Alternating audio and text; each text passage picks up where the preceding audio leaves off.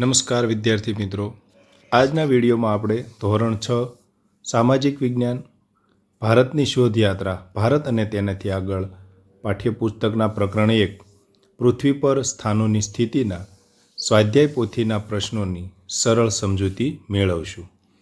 પ્રશ્ન 1. વિકલ્પોમાંથી સાચો વિકલ્પ પસંદ કરી જવાબ લખો. પહેલો, જો તમે ઉગતા સૂર્યની સામે ઊભા રહો તો તમારા ડાબા હાથ બાજુ કઈ દિશા આવશે? તો અહીંયા ઓપ્શન છે એ પૂર્વ, બી પશ્ચિમ, સી ઉત્તર, ડી દક્ષિણ. તો અહીંયા આપણો જવાબ આવશે ઉત્તર. 2. જો તમે પર્વતો, મહાસાગરો અને નદીઓની માહિતી આપતા નકશાનું અવલોકન કરી રહ્યા હો તો તે કયો નકશો હશે? ખગોળીય, રાજકીય, ભૌતિક, ઐતિહાસિક. તો અહીંયા આપણો જવાબ આવશે સી ભૌતિક. 3. ભારતના એક નકશામાં પ્રમાણમાપ 1 સેન્ટીમીટર બરાબર 20 કિલોમીટર છે. જો નકશામાં બે શહેરો વચ્ચેનું અંતર 47 સેન્ટીમીટર હોય તો વાસ્તવિક અંતર કેટલું હશે? 940 કિલોમીટર, 1040 કિલોમીટર, 840 કિલોમીટર, 980 કિલોમીટર. તો અહીંયા 1 સેન્ટીમીટર બરાબર 20 કિલોમીટર છે. તો 47 સેન્ટીમીટર બરાબર ત્રિરાશિ મૂકી અને તમે ગણતરી કરશો તો જવાબ મળશે ઓપ્શન એ 940 કિલોમીટર. પ્રશ્ન 4. જો તમે નકશો બનાવી રહ્યા હો તો ચર્ચ દર્શાવવા કઈ રૂટ સંજ્ઞાનો ઉપયોગ કરશો?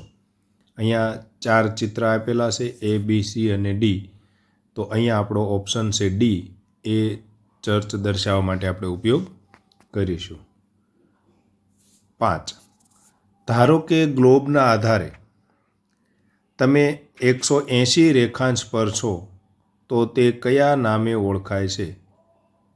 એ ગ્રીનિચ રેખા, વિષુવવૃત્ત, ઉત્તર ધ્રુવ, આંતરરાષ્ટ્રીય દિનાંતર રેખા. તો આપણને ખ્યાલ છે 180 રેખા છે એ આંતરરાષ્ટ્રીય દિનાંતર રેખા તરીકે ઓળખાય છે. એટલે ઓપ્શન ડી આપણો જવાબ થશે. 6. નકશા બાબતે કયું વિધાન સાચું નથી? નકશો સ્થળો શોધવા માટે ખજાનાની માર્ગદર્શિકા જેવો છે. બી, નકશો કોઈપણ વિસ્તારનું પ્રતીકાત્મક નિરૂપણ છે. સી, નકશામાં તમે સપાટીને બાજુથી જોઈ રહ્યા હોય તેમ દેખાય છે. ડી, નકશામાં રહેલ દિશા નિર્દેશ નકશાને સમજવામાં મદદરૂપ થાય છે. તો અહીંયા નકશા બાબતે કયું સાચું નથી? તો આપણો જવાબ આવશે ઓપ્શન સી, કે નકશામાં સપાટીને બાજુથી જોઈ રહ્યા હોય તેમ દેખાય છે. એ વિધાન સાચું નથી. 7. કલ્પના કરો કે તમે પ્રથમ વખત કોઈ શહેરની મુલાકાત લઈ રહ્યા છો. તો તે શહેરમાં તમે જે સ્થળની મુલાકાત લેવા માગો છો તે તમે કેવી રીતે શોધી શકશો? સ્થાનિક વ્યક્તિને પૂછી શકો છો, તે શહેરનો નકશો જોઈ શકો છો, ઉપરોક્ત બંને કરી શકો છો કે એક પણ નહીં. તો અહીંયા આપણે સરળતાથી કહી શકીએ કે આપણા માટે અજાણ્યું શહેર હોય તો કોઈ વ્યક્તિને પણ પૂછી શકાય, એનો નકશો પણ ઉપયોગ કરી શકાય. તો ઓપ્શન સી, ઉપરોક્ત બંને વિકલ્પો છે એ આપણા માટે સાચા છે. 8. નીચેનામાંથી મધ્યવર્તી દિશાનું કયું નામ સાચું છે? દક્ષિણ પશ્ચિમ, પૂર્વ ઉત્તર, પૂર્વ દક્ષિણ, પશ્ચિમ ઉત્તર. તો અહીંયા મધ્યવર્તી દિશાઓ એટલે કે જે ઉત્તર, દક્ષિણ, પૂર્વ અને પશ્ચિમ એ 4 દિશાઓ સિવાય વચ્ચેની જે દિશાઓ ખૂણા પડે છે અને એને આપણે જે નામ આપીએ છીએ એ મધ્યવર્તી દિશા છે. અને અહીંયા સાચું નામ અહીંયા દક્ષિણ પશ્ચિમ છે, બાકીના નામ છે એ ખોટા છે. ઉત્તર પૂર્વ, દક્ષિણ પૂર્વ, ઉત્તર પશ્ચિમ એ આપણે નામ લખતી વખતે વચ્ચેના ખૂણા આવતા નથી. 9. કલ્પના કરો કે તમે ભૂમધ્ય રેખા પર ઊભા છો અને ઉત્તર ધ્રુવ તરફ મુસાફરી કરી રહ્યા છો તો ભૂમધ્ય રેખાથી તમારા અંતરમાં શું પરિસ્થિતિ સર્જાય છે? ભૂમધ્ય રેખા એટલે વિષુવવૃત્ત ઉપર તમે ઊભા છો. હવે ઉત્તર ધ્રુવ તરફ મુસાફરી કરી રહ્યા છો તો વિષુવવૃત્તથી તમારા અંતરમાં શું પરિસ્થિતિ સર્જાય છે? અંતર સમાન રહેશે, અંતર ઘટતું જશે, અંતર વધતું જશે, એક પણ નહીં તો ઓપ્શન સી વધતું જશે, કારણ કે વિષુવવૃત્તથી તમે ઉત્તર ધ્રુવ તરફ જઈ રહ્યા છો, એ વિષુવવૃત્તથી દૂર જઈ રહ્યા છો. 10. પૃથ્વીના ગોળા પર જ્યારે તમે વિષુવવૃત્તથી જેમ જેમ ઉત્તર તરફ અથવા દક્ષિણ તરફ આગળ વધો છો ત્યારે અક્ષાંશ દ્વારા નિર્દેશિત વર્તુળ કેવા થતા જાય છે? નાના થતા જાય છે, મોટા થતા જાય છે, સમાંતર રહે છે, વાંકા ચૂકા થાય છે. તો પૃથ્વીના ગોળા ઉપર વિષુવવૃત્ત છે, ત્યાંથી આપણે જેમ જેમ ઉત્તર અથવા દક્ષિણમાં નીચે જઈએ છીએ એમ વર્તુળો છે એ નાના થતા જાય છે. માટે અહીંયા આપણો જવાબ એ ઓપ્શન નાના થતા જાય છે. 11. રેખાંશ બાબતે કયું વિધાન સાચું નથી? રેખાંશ વર્તુળ સ્વરૂપમાં હોય છે, રેખાંશ ઉત્તર ધ્રુવથી દક્ષિણ ધ્રુવ સુધી જાય છે, રેખાંશને અંશમાં માપવામાં આવે છે, રેખાંશના માપ દ્વારા સ્થળના સમયને મપાય છે. તો અહીંયા 4માંથી પહેલું વિધાન એ ઓપ્શન રેખાંશ વર્તુળ સ્વરૂપમાં હોય છે એ વિધાન સાચું નથી, કારણ કે રેખાંશ છે એ ઉત્તર ધ્રુવ અને દક્ષિણ ધ્રુવ સાથે અર્ધવર્તુળાકાર સ્વરૂપે જ હોય છે. અક્ષાંશની જેમ એ પૂર્ણ વર્તુળમાં હોતા નથી. 12. અક્ષાંશ અને આબોહવા વચ્ચેના સંબંધમાં કયું વિધાન ખોટું છે? તો અહીં 4 વિધાનમાંથી અક્ષાંશ અને આબોહવા વચ્ચેનું સંબંધમાં કયું વિધાન બંધ બેસતું નથી એ આપણે શોધવાનું છે. એ. ભૂમધ્ય રેખાની આસપાસ આબોહવા સામાન્ય રીતે ગરમ હોય છે. ભૂમધ્ય રેખાથી દૂર કોઈ ધ્રુવ તરફ જઈએ તેમ આબોહવા સમશીતોષ્ણ બને છે. ઉત્તર ધ્રુવ નજીક આબોહવા શીત હોય છે. દક્ષિણ ધ્રુવ નજીક આબોહવા ઉષ્ણ હોય છે. તો આપણે પૃથ્વીના ગોળાનો અભ્યાસ કર્યો છે તો ભૂમધ્ય રેખાની આસપાસ આબોહવા ગરમ હોય છે એ વિધાન સાચું છે. ભૂમધ્ય રેખાથી દૂર જઈએ તો આબોહવા સમશીતોષ્ણ બને છે એ વિધાન પણ સાચું છે. ઉત્તર ધ્રુવ નજીક આબોહવા શીત હોય છે એ પણ સાચું છે. દક્ષિણ ધ્રુવ પર પણ આબોહવા શીત જ હોય છે, અહીંયા ઉષ્ણ લખેલું છે, માટે જવાબ ડી એ અહીંયા આપણો બનશે. 13. પૃથ્વીના કોઈ પણ ચોક્કસ સ્થળને દર્શાવતા કયા નિર્દેશકની જરૂર પડે છે? અક્ષાંશ અને રેખાંશ, અક્ષાંશ અને ઉત્તર ધ્રુવ, રેખાંશ અને દક્ષિણ ધ્રુવ, ઉત્તર ધ્રુવ અને દક્ષિણ ધ્રુવ. તો અહીંયા આપણને ખ્યાલ છે કે નિર્દેશાંકો છે એ અક્ષાંશ અને રેખાંશની સાથે જોડાયેલા છે. તેના દ્વારા જ આપણે કયા ગોળાર્ધમાં અને કઈ જગ્યાએ સ્થળ છે ચોક્કસ જાણી શકીએ છીએ. તો જવાબ એ અક્ષાંશ અને રેખાંશ. પ્રશ્ન 14. આંતરરાષ્ટ્રીય દિનાંતર રેખાના સંદર્ભમાં નીચેનામાંથી કયું વિધાન ખોટું નથી? એટલે કે 4 વિધાનો અહીંયા આપ્યા છે, એમાંથી કયું વિધાન ખોટું નથી એ આપણે શોધવાનું છે. 1. તે 180 રેખાંશ છે. 12 પ્લસ અને -12 ટાઈમ ઝોન આ રેખા પર એકબીજાને સ્પર્શે છે. તેને ઓળંગતા તારીખ અને વાર બદલાય છે. તે વાંકી ચૂકી છે. તો અહીંયા આંતરરાષ્ટ્રીય દિનાંતર રેખા એને IDL આપણે તરીકે ઓળખીએ છીએ. તો એના સંદર્ભમાં વિધાન એક પણ અહીંયા ખોટું આપેલું નથી. તો આપણો જવાબ છે એ ડી આવશે. આપેલા તમામ વિધાનો છે એ ખોટા નથી, એટલે તમામ વિધાન છે એ સાચા છે. 15. ભારત દેશ કયા અક્ષાંશ અને રેખાંશ વચ્ચે આવેલો છે? તો 8 ઉત્તર અક્ષાંશથી 37 ડિગ્રી ઉત્તર અક્ષાંશ તથા 68 પૂર્વ રેખાંશથી 97 પૂર્વ રેખાંશ, 8 અંશ દક્ષિણ અક્ષાંશથી 37 અંશ દક્ષિણ અક્ષાંશ તથા 68 અંશ પૂર્વ રેખાંશથી 97 પૂર્વ રેખાંશ. તો અહીંયા આપણો એ ઓપ્શન છે એ આપણા ભારતના અક્ષાંશ અને રેખાંશ સાચા બતાવે છે. 8 ઉત્તર અક્ષાંશથી 37 ઉત્તર અક્ષાંશ અને 68 પૂર્વ રેખાંશથી 97 અંશ પૂર્વ રેખાંશ. 16. કલ્પના કરો કે તમારું ગામ કે શહેર 30 પૂર્વ રેખાંશ પર આવેલું છે. તમારી ઘડિયાળમાં બપોરે 2 વાગ્યા છે, તો 30 પશ્ચિમ રેખાંશ પર રહેતા તમારા મિત્રને ત્યાં કેટલા વાગ્યા હશે? સવારના 10, બપોરના 12, સવારના 11 કે સવારના 9. તો અહીંયા 30 પૂર્વ રેખાંશ ઉપર 2 વાગેલા છે, તો 30 પશ્ચિમ રેખાંશ ઉપર કેટલા વાગ્યા હશે? તો સવારના 10 વાગ્યા હશે. 17. જો ગ્રીનિચ રેખાંશમાં બપોરે 12 વાગ્યાનો મધ્યાહન છે, તો તે સંદર્ભમાં સ્થાનિક સમય બાબતે નીચેનામાંથી કયું વિધાન ખોટું નથી, એટલે કે સાચું છે? 15 પૂર્વ રેખાંશ પર સવારના 11 વાગ્યા હશે. 30 પશ્ચિમ રેખાંશ પર બપોરના 2 વાગ્યા હશે. 45 પૂર્વ રેખાંશ પર સવારના 9 વાગ્યા હશે. 60 પૂર્વ રેખાંશ પર સવારના 8 વાગ્યા હશે. તો અહીં કયું વિધાન ખોટું નથી? વિધાન 3, બી ઓપ્શનમાં વિધાન 1 આપ્યું છે, વિધાન 1, 2 અને 4 અને ડી ઓપ્શનમાં આપેલ તમામ. તો અહીંયા આપેલા તમામ વિધાનો છે એ ખોટા નથી, એટલે કે સાચા છે. અહીંયા 0 ઉપર એટલે કે ગ્રીનિચ રેખા ઉપર મધ્યાહનના 12 છે, તો એના સંદર્ભમાં અહીંયા વાત કરવામાં આવી છે કે અહીંયા ગ્રીનિચ રેખા છે એ 0 ઉપર 12 વાગેલા છે. હવે 15 પૂર્વ રેખાંશ પર સવારના 11 વાગ્યા છે, તો અહીંયા આપણે પૂર્વ રેખાંશ છે એ આ બાજુ આવશે પૂર્વ, તો અહીંયા 15 પૂર્વ રેખાંશ આપણે કરીશું, તો 0 પછી 15 થશે. તો અહીંયા 0 કરતાં અહીંયા સમય છે એ આગળ ચાલે છે, એટલે કે અહીંયા 12 વાગ્યા છે, તો અહીંયા 11 વાગ્યા છે, એટલે પહેલું વિધાન આ રીતે સાચું પડે છે. ત્યાર પછી 30 પશ્ચિમ રેખાંશ છે, એટલે 15 અને 15 30.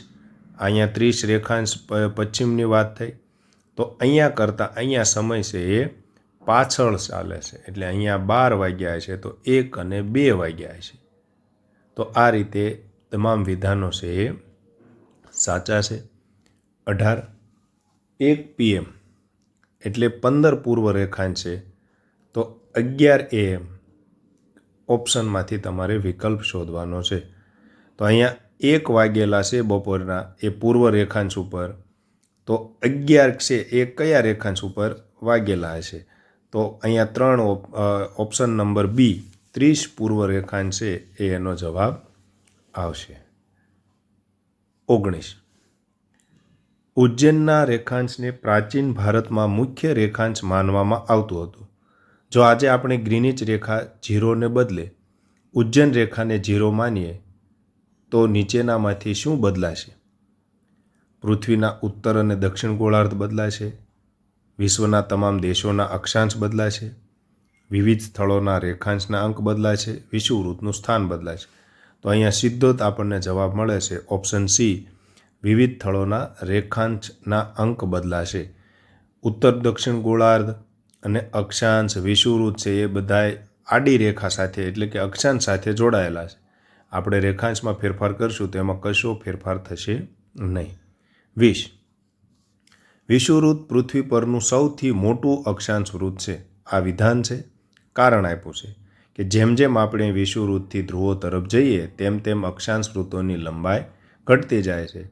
તો 4 ઓપ્શન આપ્યા છે. વિધાન અને કારણ બંને સાચા છે અને કારણ વિધાનની સાચી સમજૂતી છે. વિધાન અને કારણ બંને સાચા છે, પરંતુ કારણ વિધાનની સાચી સમજૂતી આપતું નથી.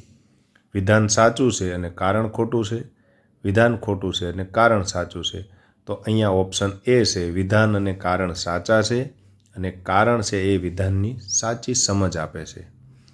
21 પ્રમાણમાપ બાબતે કયું વિધાન સાચું છે? નકશાના પ્રત્યેક સેન્ટીમીટર સપાટી પર એક ચોક્કસ દિશાનું પ્રતિનિધિત્વ કરે છે. એક વિશાળ વિસ્તારને કાગળના નાના ટુકડા ઉપર તેને મદદથી રજૂ કરી શકાય છે. નકશામાં તેને નીચે જમણી બાજુના ખૂણામાં એક માપપટ્ટી દ્વારા દર્શાવેલ છે.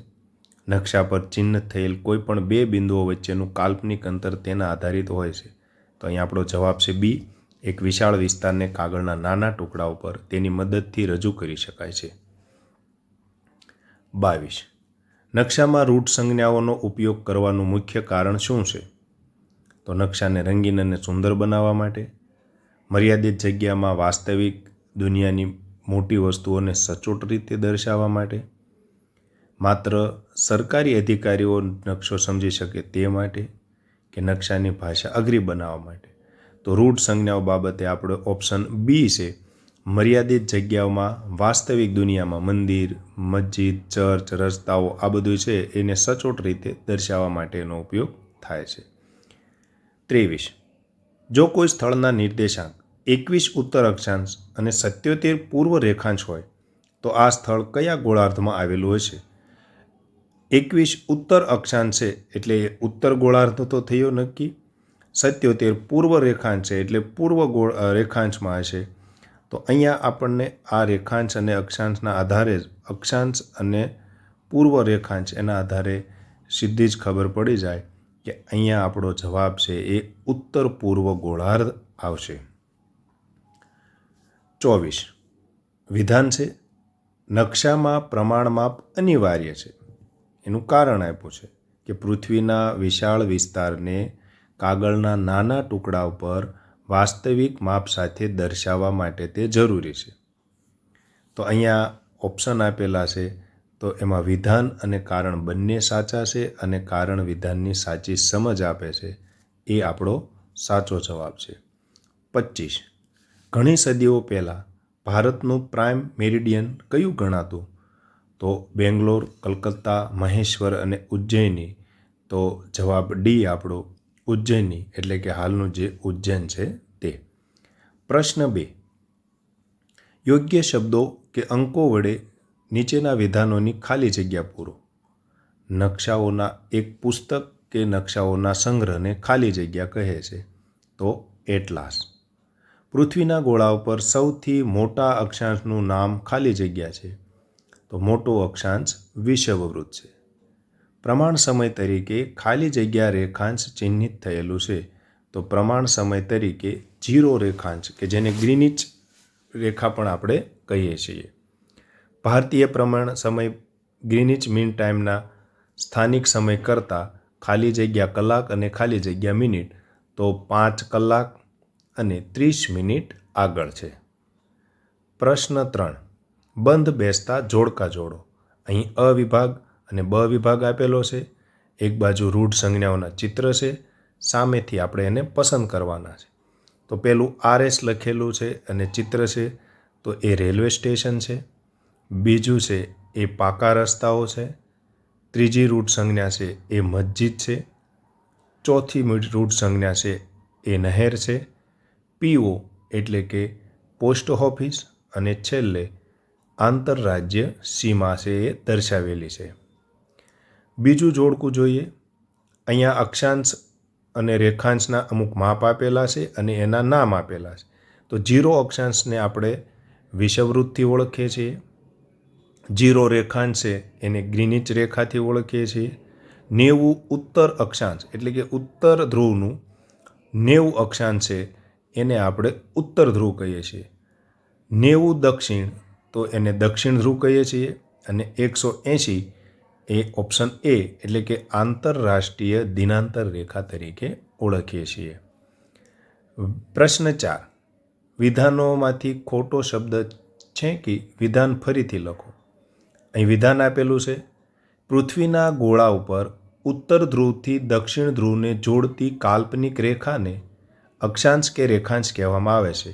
તો અહીંયા તમારે અક્ષાંશ અને રેખાંશ બંનેમાંથી જે સાચો શબ્દ છે એ રાખવાનો છે અને ખોટો શબ્દ ચેંકી નાખવાનો છે.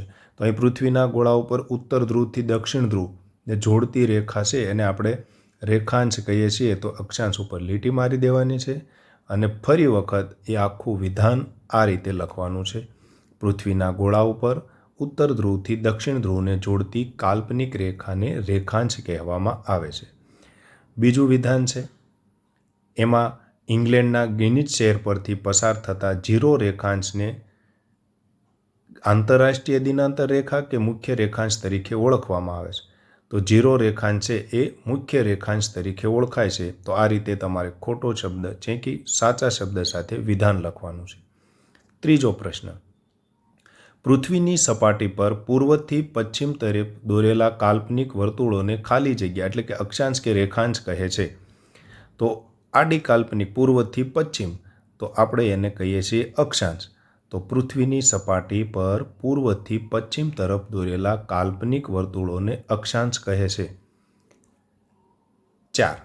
પૃથ્વીને ઉત્તર અને દક્ષિણ એમ બે સરખા ભાગમાં વહેંચતી રેખાને વિષુવવૃત્ત કે કર્કવૃત્ત કહેવામાં આવે છે. તો ઉત્તર અને દક્ષિણ ધ્રુવમાં વહેંચતી હોય તો એ વિષુવવૃત્ત છે. તો આપણે ખોટો શબ્દ ચેકી સાચું વિધાન લખીશું. પૃથ્વીને ઉત્તર અને દક્ષિણ એમ બે સરખા ભાગોમાં વહેંચતી રેખાને વિષુવવૃત્ત કહેવામાં આવે છે. 5મું વિધાન, જે નકશામાં માત્ર પર્વતો, નદીઓ અને મેદાનો જેવી કુદરતી વિગતો દર્શાવેલી હોય તેને રાજકીય કે ભૌતિક નકશો કહેવામાં આવે છે. તો અહીંયા આપણે આગળ વિકલ્પોમાં પણ આ પ્રશ્ન જોયો હતો. તો આપણો જવાબ આવશે ભૌતિક નકશો. 6. સપાટ કાગળ પર ગોળાકાર વસ્તુને યથાવત ચિતરવી શક્ય છે કે શક્ય નથી? તો ગોળાકાર આપણે પાઠ્યપુસ્તકમાં પ્રકરણ ભણ્યા ત્યારે નારંગીના છાલનું સમજૂતી હતી. તો એ તમને યાદ હશે કે એને કાપી અને બરોબર કાગળ ઉપર બેસાડી શકાતી નથી. તો શક્ય નથી. તો સપાટ કાગળ પર ગોળાકાર વસ્તુનું યથાવત ચિતરવી શક્ય નથી. 7મું, આંતરરાષ્ટ્રીય દિનાંતર રેખાને પૂર્વથી પશ્ચિમ તરફ ઓળંગતા એક દિવસ વધે કે ઘટે? તો તમે પૂર્વથી પશ્ચિમ તરફ જ્યારે જાઓ છો ત્યારે એક દિવસ વધે છે. 8. સપાટ નકશો અથવા પૃથ્વીનો ગોળો આ પૃથ્વીના ભૂગોળનું વધુ સારું પ્રતિનિધિત્વ કરે છે. તો અહીંયા આપણો જવાબ છે પૃથ્વીનો ગોળો. નકશો છે એ પૃથ્વીના ગોળાનું સપાટ કાગળ ઉપરનું લેખન છે, પણ ભૂગોળનું સારું પ્રતિનિધિત્વ એ પૃથ્વીનો ગોળો કરે છે. પ્રશ્ન 5. મને ઓળખો. હું પૃથ્વીને પશ્ચિમ અને પૂર્વ ગોળાર્ધમાં વિભાજિત કરું છું. તો અહીંયા આવશે જવાબ મુખ્ય રેખાંશ ગ્રીનિચ રેખા. હું પૃથ્વીને ઉત્તર અને દક્ષિણ ગોળાર્ધમાં વિભાજિત કરું છું. તો વિષુવવૃત્ત. હું પૃથ્વીનું સૌથી સચોટ પ્રતીક છું. મારા પર પર્વતો, સમુદ્રો અને ખંડોને તેમના વાસ્તવિક આકારમાં દર્શાવી શકાય છે, જે કાગળ પરના નકશામાં મુશ્કેલ છે. તો એ છે પૃથ્વીનો ગોળો અથવા એને ગ્લોબ પણ કહેવાય છે. નકશામાં હું રસ્તા, રેલવે કે નદીને સીધી રીતે દોરવાને બદલે ચોક્કસ સંજ્ઞાઓ કે ચિત્રો દ્વારા દર્શાવું છું. તો એ છે રૂઢ સંજ્ઞાઓ.